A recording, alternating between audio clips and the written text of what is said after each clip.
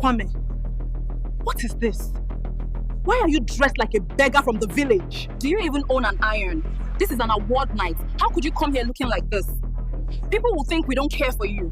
I didn't mean to embarrass anyone. I just wore what I had. I beg, stop. You like to play victim all the time. I'm always treated like a stranger around my family. Please, this has to stop, or I'll leave. Let him leave. He can as well leave the family house instead.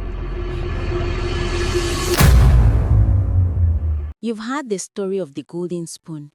But what happens when the family you love, the one that raised you, now see you as a burden? Kwame thought he was part of the family, until one night at an award show, everything broke. The day he felt betrayed, misunderstood, alone. It was the night of the prestigious award ceremony. The lights bright and dazzling. The red carpet rolled out like a path to greatness.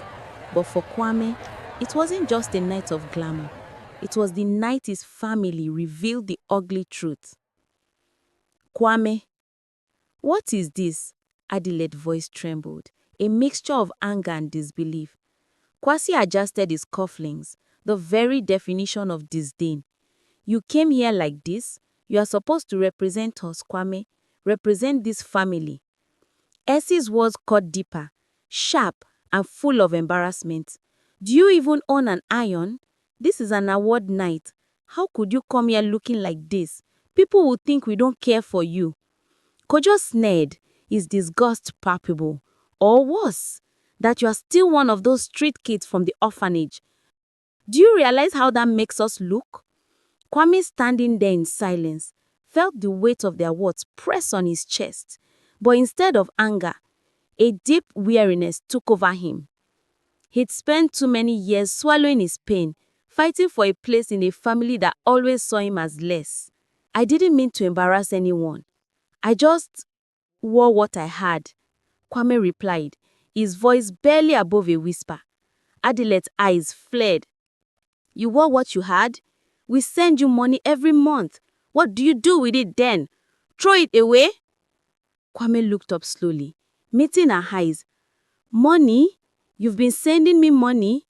A stunned silence fell over the room. Their confusion was written on their faces, a crack in the perfect facade that built for years.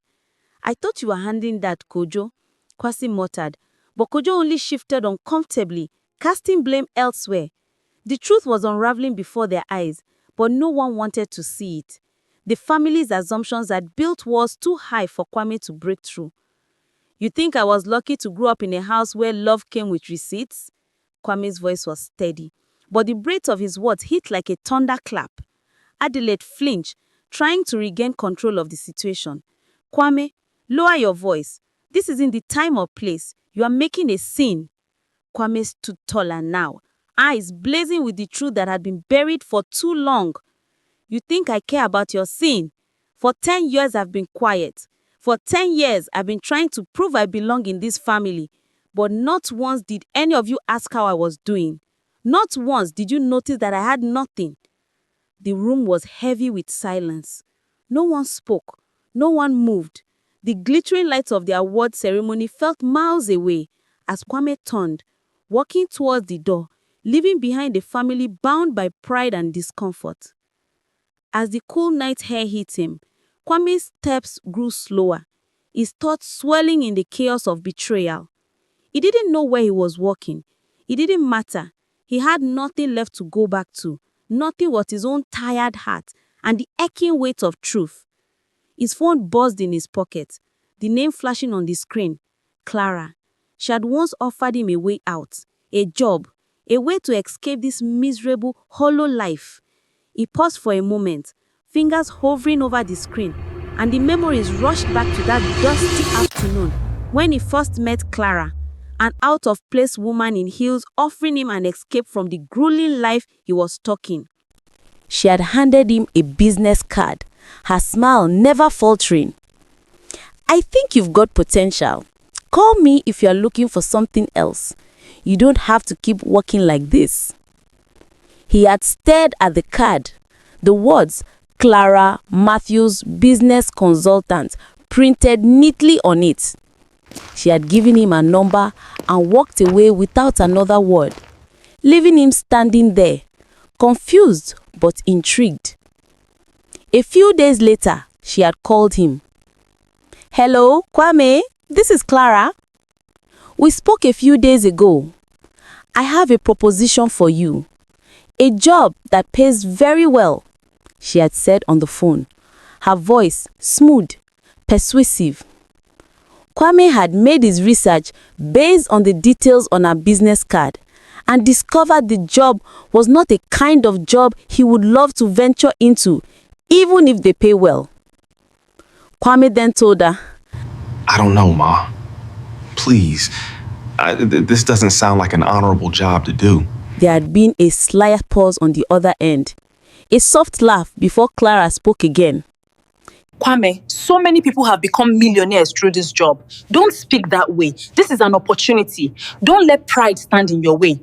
Her words had stung, but deep down, he had known. He had known that he couldn't keep living the way he was, barely scraping by, his dignity bruised at every turn. He needed something more. But the job she was offering, it wasn't right. It wasn't the kind of life he wanted. He came out of his thoughts, leaving him standing in the dim street lights.